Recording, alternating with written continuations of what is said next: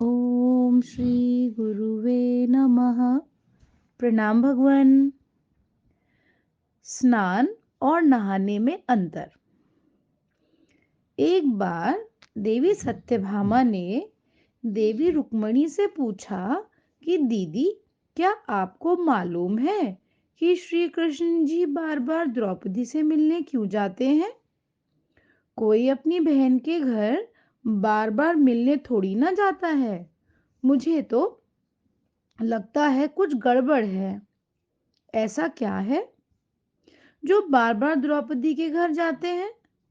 तो देवी रुक्मणी ने कहा, बेकार की बातें मत करो। ये बहन भाई का पवित्र संबंध है। जाओ, जाकर अपना काम करो। ठाकुर जी सब समझ गए और कहीं जाने लगे तो देवी प्रभु सत्यभामा ने पूछा कि प्रभु, आप कहाँ जा रहे हो? तो ठाकुर जी ने कहा कि मैं द्रौपदी के घर जा रहा हूँ। अब तो सत्यभामा जी की बेचैनी और बढ़ गई और तुरंत रुक्मणी से बोली, देखो दीदी, फिर वही द्रौपदी के घर जा रहे हैं। कृष्ण जी ने कहा कि क्या तुम भी हमारे साथ चलोगी?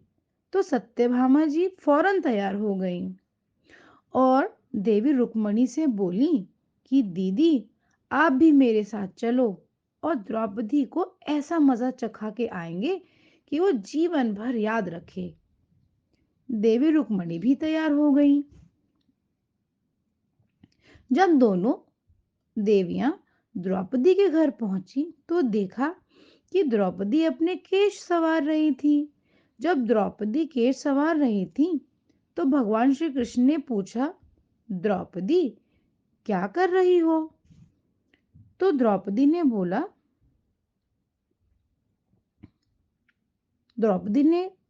बोला, भैया, केश सवार केश सवार के अभी अभी आई हूं।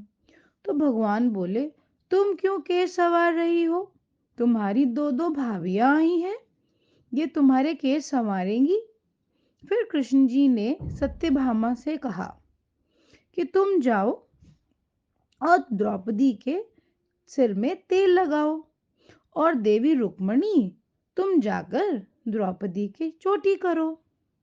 सत्यभामा जी ने रुक्मणी जी से कहा, बड़ा अच्छा मौका मिला है। ऐसा तेल लगाऊंगी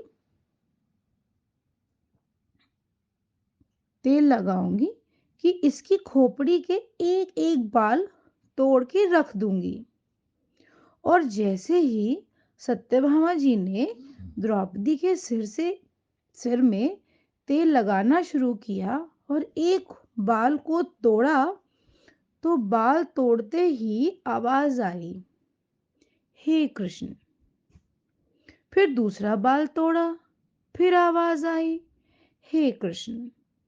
फिर तीसरा बाल तोड़ा तो फिर आवाज आई, हे कृष्ण।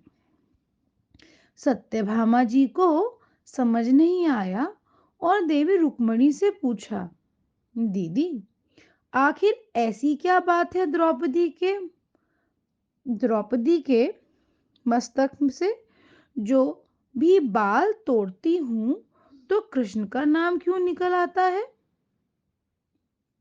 पीछे से भगवान बोले, देवी सत्यभामा, तुम देवी रुक्मणी से पूछ रही थी कि मैं दौड़ दौड़ कर इस द्रौपदी के घर क्यों जाता हूं? क्योंकि पूरे भूमंडल पर, पूरी पृथ्वी पर कोई संत, कोई साधु, कोई सन्यासी, तपस्वी, कोई साधक, कोई उपासक ऐसा नहीं हुआ जिसने एक दिन में 3.5 करोड़ बार मेरा नाम लिया हो। और द्रौपदी केवल ऐसी है जो एक दिन में 3.5 करोड़ बार मेरा नाम लेती है। प्रतिदिन करती, इसलिए उसके हर रोम में कृष्ण नजर आते हैं और इसलिए मैं रोज इसके पास आता हूँ। इसे कहते हैं स्नान, जो देवी द्रौपदी करती हैं। स्नान का मतलब है हमारे शरीर में 3.5 करोड़ रोम छिद्र हैं। जब नारायण से पूछा गया, ये 3.5 करोड़ रोम छिद्र कर्म दिए गए, तो नारायण ने क्यों दिए गए? तब नारायण ने कहा, जब मनुष्य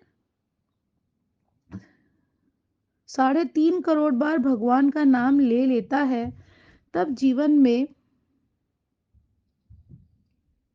एक बार उसका स्नान हो पाता है। इसे कहते हैं स्नान। जय श्री कृष्ण जी। प्रणाम भगवान।